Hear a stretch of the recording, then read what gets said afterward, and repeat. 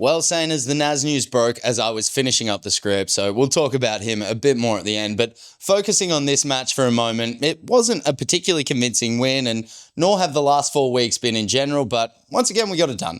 In case you don't know, my name's Woody. Jake's got me on to discuss some of the standout stats each week, so let's get into this week's Moorabbin metrics. Getting straight to the Man of the Match award, I again found this week hard to pick, as it didn't feel like anybody stood head and shoulders above the rest, so I decided to go with another player that I haven't selected this year in Cooper Sharman.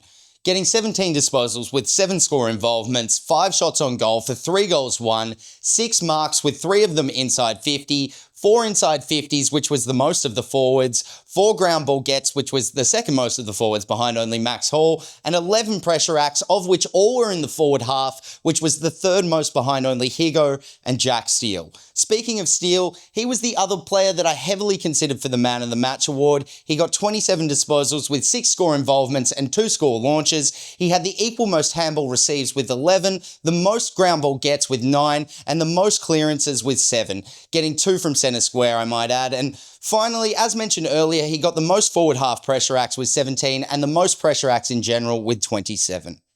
Getting on to others that I thought played well, Rowan Marshall is starting to find some form in the back end of the season, getting 18 disposals with 8 score involvements, 5 score launches, 5 marks with 2 marks inside 50, 5 intercept possessions, 4 clearances, 4 inside 50s, and 1 goal won.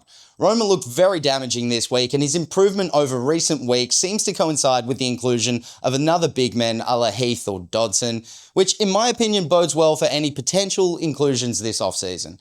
Speaking of big men, I thought Dodson played quite well in his limited time this week. In the first quarter, he had 7 disposals, which was the equal third most behind only Windy and Naz, 2 score involvements, which was the equal most for us, 2 marks, which was the equal most, with 1 of them inside 50, and that mark got him a shot on goal, which he unfortunately missed. He got 1 more handball in the second quarter, but I liked what I saw from him and just hope he keeps improving.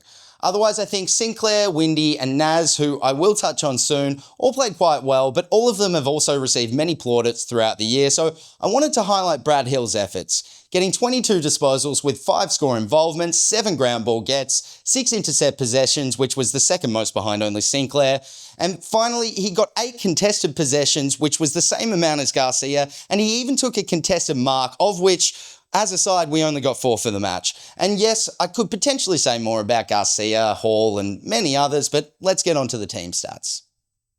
We lost the disposals in every regard, however, we did dispose of the ball better than our season average. That being said, we also let the Bombers move the ball better than their season average too.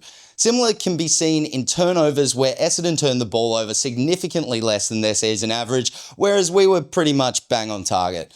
While we didn't have the footy as much as the Bombers, we did win the clearances both in the guts and around the ground, which led to a fairly even time in possession battle. However, it could have been a very different story if Essendon's aerial dominance had transferred into field position, because despite leading the marks by 29 at halftime, they were down in both marks inside 50 and contested marks. This can be seen further when breaking down the time in forward half. While the overall reads a 50-50 split, we can see that the Bombers dominated the field position in the first quarter, but struggled to maintain that for the rest of the match. And while that time in forward half advantage over the final 3 quarters didn't translate into large inside 50 numbers, we did have our best shot per inside 50 rate for the year.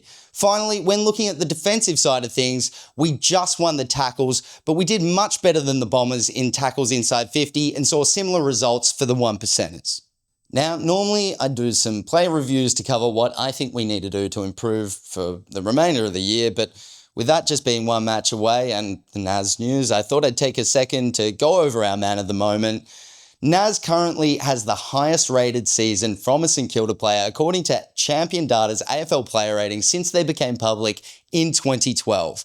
Naz has attended 24.4% of CBAs this year and has the highest centre clearance per CBA rate of anyone who's attended that many centre bounces. He has the 11th highest handball receives average this year. He's rated 12th for rebound 50s and has the 14th highest score involvement percentile in the league. He has also averaged the most meters gained at 658.7 per match for the year, and currently has the second most meters gained in a single season with 14,492 behind only Daniel Rich in 2021 with 15,132. In fact, if we were to end the season right now, he would have the second highest average meters gained per match of all time behind only Aaron Hall at 659.1. So if he wants to pass both Hall and Rich, he would need to get at least 670 meters gained against the Giants this weekend. So get the word out, Saints fans. Let's make sure that the players know what they need to do to make sure Naz goes down as having the best season in terms of ball movement of all time. I hope that all made sense. I felt like I had to rush a rewrite out to give our main man some love. So slightly smaller episode this week, and that about sums up the stats for the week. If you want to see more of my face, I've got my own channel at Wooden Spoon Data. We've got a bunch of end of year team reviews coming soon, so go subscribe if you want to hear what I thought of St Kilda, how everybody rated, what off-season changes might bring. But I'll be here for the final Moorabbin metrics next week. It's not the last one. We'll be back next year, but I want to thank Jake for having me. I want to thank you for watching, and I'll see you next week. Go Saints.